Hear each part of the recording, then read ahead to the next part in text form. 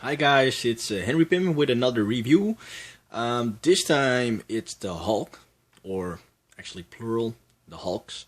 As you can see to the left, it's the exclusive variant Hulk, and to the right, it's the Savage Hulk, the regular version. I have them both. I'm not keeping both. I'm selling the one on the right, but I wanted to share these guys with you and do a quick comparison to show the differences and to show you what these two have in common. So, starting with the one on the right is the Savage Hulk. Both are by Khurram Alavi. Both are digitally sculpted.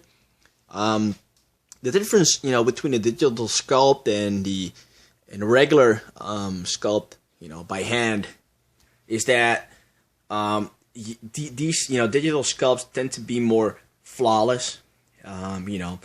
Regular statues or regularly sculpted, statues have these indents, where you can see that they've either used some kind of tool to shape or create, some kind of effect on the statue.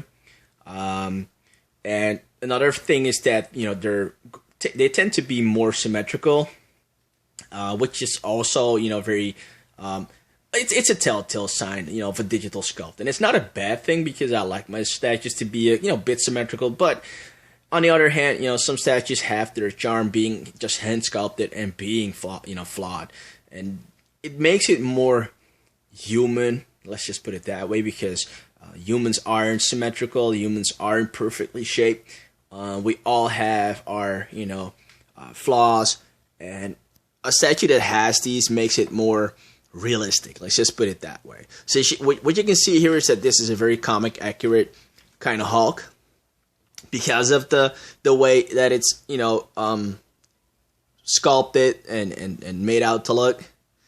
And if you look at the back there, I have Hulk 295 there. It's a early 80s comic. The look corresponds with this Hulk, with the hair being more kind of 80s, kind of classic. The color green, I love this color green, by the way. That's one thing now. I can gift it away. That's one thing I would have loved to see in the Hulk on the left. It's the color green, but the color green on the right is probably more of a classic kind of green. So that's why they chose to do it on this piece, on this version. I love the shading on the piece.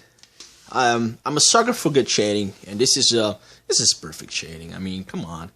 You can't go wrong with shading like this. Some darker greens to show the indents in the muscles and stuff like that, to show the muscle definition. The pants himself, classic color purple. You can see there in the back.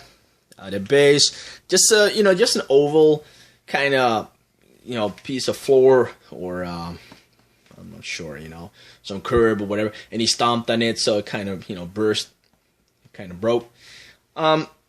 So yeah, a very decent kind of piece, a very good-looking piece. I sold my Kurabikia Hulk by Eric Sosa for this one. I have to admit, I like to pose on the Kurabikia Hulk more, but the Kurabikia piece was flawed, too flawed for me. I mean, he had a lazy eye, which I found very distracting. The paint wasn't as good as this one, and you can feel it. If you touch the Hulk, the Kurabikia Hulk, you can feel it's kind of raw. It's like in kind of, it's like it hasn't been coated in the end process. And this one feels so smooth, and you can see that it's painted very, very, very much more with more detail.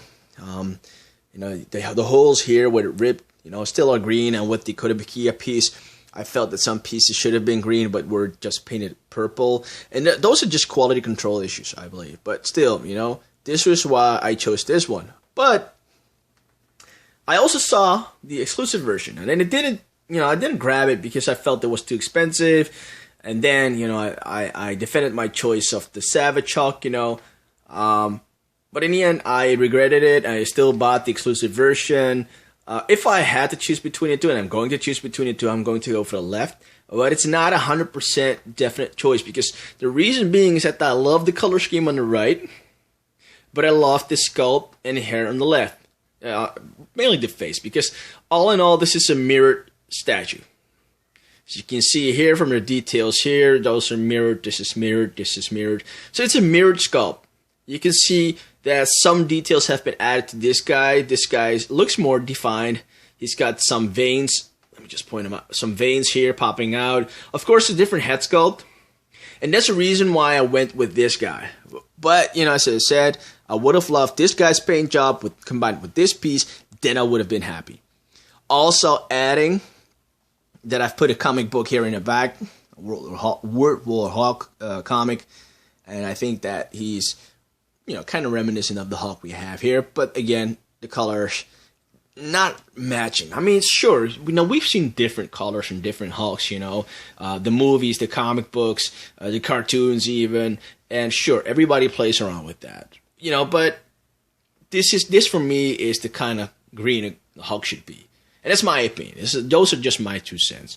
But yeah, you know, if you look at the face of this guy, the detail, and that's, you know, one of the big advantages of digital sculpting. You can, you know, see that his tongue is green, his teeth are done extremely, you know, detailed, and I love that. You know, I love the face and the you know, the angry kind of look. You know, the look that this guy has on his face. I mean, look at it. He's not amused. He's going to break your back or something like that. It's amazing. And that's the whole advantage of a digital sculpt, the fact that they can do more detailed things with little kind of details like that, because doing this by hand is so difficult. I can tell you that. You don't need to be a sculptor to know that. So yeah, you know, what would I change about these pieces? Well, as I said, I swapped the colors and the base. Although I like the base, I would have loved to see more details in the base, you know, some I don't know, you know, some items, you know, to be put on a base like they did with the Maestro or the Planet Hulk, you know, just put in some skulls or put in some items or put in a shrapnel from a car. I would have been very happy if they did that. I believe that collectors would have been very happy with that if they just put in some wreckage from a car or whatever. I mean, that's, you know, usually what he breaks, or a tank. Part of a tank. I know it would up the cost of the statue, but it would have been so much more epic. Don't get me wrong, these are great statues, but if they added just that little detail, man, it would have sold like hotcakes. Which they still did, but, you know, even faster in that case. So all in all, you know, both pieces I would give an 8 for the sculpt, because they're both beautiful pieces, and if I could keep them both, I'd keep both. Paint job wise, the right is the one for me. So I'd give that an 8, and the one on the left I'd give a 7, 7.5 maybe. Sculpt wise, you know, I would give the one on the left, because it's more detailed and because of the face sculpt, I'd give that a higher mark. So yeah, you know, all in all, I probably give them an overall 8, both of them, because not one is better than the other in my opinion, but it's just the face that did it for me, and the hair, you know, and that's it, just a small detail. So I hope you guys enjoyed the review, and please like, comment, or subscribe, and I'll see you guys next time, okay? Bye bye.